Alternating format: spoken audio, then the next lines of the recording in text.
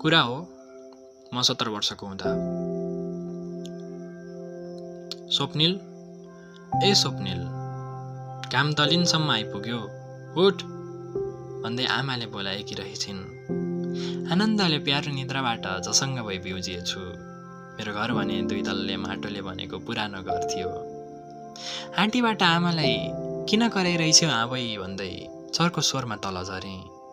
आमाले शान्त भई, ए उठिस, ल सुन त, आज नयाँ पाहुना आउँदैछन् रे, बाका लाउरे बस्दाका साथी हुन्, चिन्न त मैले चिन्दिनँ, हात मुख धो अनि पसल गएर मासु लिएर आइज त जा भन्दै मलाई पसलतिर पठाइन्। यसो भान्सामा के छिरेको थिएँ, सुक्खा रोटी र चिया राखिदिएकी रहेछिन्।